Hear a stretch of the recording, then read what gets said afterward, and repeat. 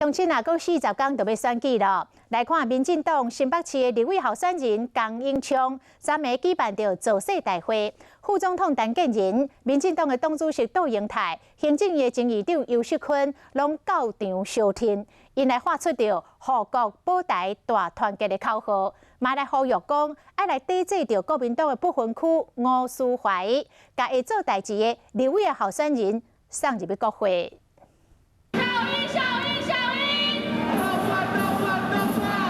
大声喊口号，帮蔡总统加油，帮民进党立委候选人江永昌求票，嘛炮轰国民党不分区立委名单吴思怀。不改变他们的不分区名单的时候，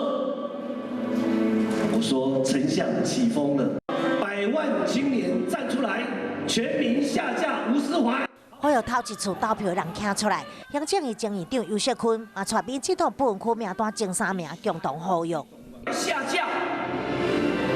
在电视上公开教导解放军如何来对付美军，这个吴思怀。